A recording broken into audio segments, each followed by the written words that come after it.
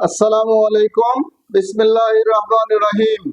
শ্রম আইন নিয়ে আলোচনা করার জন্য আরো একটি পর্ব নিয়ে আপনাদের মাঝে উপস্থিত হলাম। আমি হুসাইন আহমেদ আকাশ, সাধারণ সম্পাদক, বাংলাদেশ প্রগতিশীল নির্মাণ শ্রমিক ফেডারেশন। আশা করি সকলে ভালো আছেন।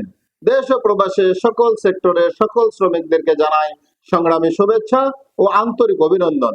সংগ্রামী সাথী ও বন্ধুগণ, আজ আমরা আলোচনা করব শ্রম আইনের ধারা 287, 288, 289 নিয়ে।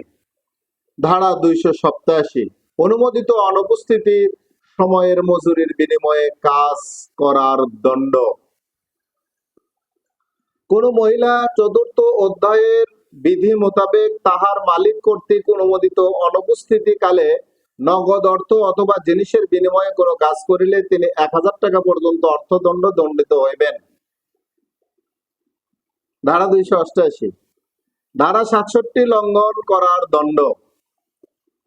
কোন ব্যক্তি ধারা 67 এর অধীন বিধান মানা হয় না এইরূপ শক্তি চালিত কোন যন্ত্রপাতি কোন প্রতিষ্ঠানে ব্যবহারের জন্য বিক্রি করিলে অথবা ভাড়া দিলে অথবা কোন বিক্রেতা বা ভাড়াটিয়ার প্রতিনিধি হিসাবে উহা বিক্রি করিবার জন্য অথবা ভাড়া দেওয়ার জন্য সংগ্রহ করিলে তিনি 3 মাস পর্যন্ত কারাদণ্ডে অথবা 1000 টাকা পর্যন্ত অর্থদণ্ডে অথবা উভয় দণ্ড দণ্ডনীয় হইবেন। নিম্নতম মজুরি হারের কম। ধারা 289, নিম্নতম মজুরি হারের কম হারে মজুরি প্রদানের দণ্ড। কোন মালিক একাদশ অধ্যায়ের অধীন ঘোষিত নিম্নতম মজুরি হারের কম হারের কোন শ্রমিককে মজুরি প্রদান করিলে তিনি 1 বছর পর্যন্ত কারাদণ্ডে অথবা 5000 টাকা পর্যন্ত অর্থদণ্ডে অথবা উভয় দণ্ড দণ্ডনীয় হইবেন। যে ক্ষেত্রে আদালত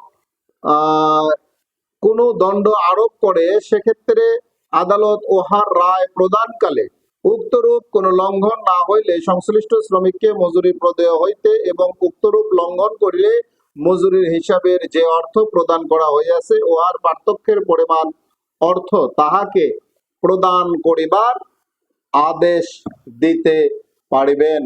সংগ্রামী সাথী ও বন্ধুগণ, অত্যন্ত গুরুত্বপূর্ণ একটি বিষয় নিয়ে আজ আমরা আলোচনা করলাম। আশা করি সকলে বুঝতে পেরেছেন যে শ্রমিকদেরকে যে সময়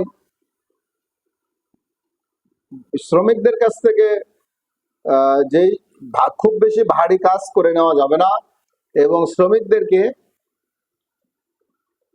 কম মজুরি দেওয়া যাবে না। যদি দেওয়া হয় তাহলে মালিকদেরকে জেল খাটতে হবে।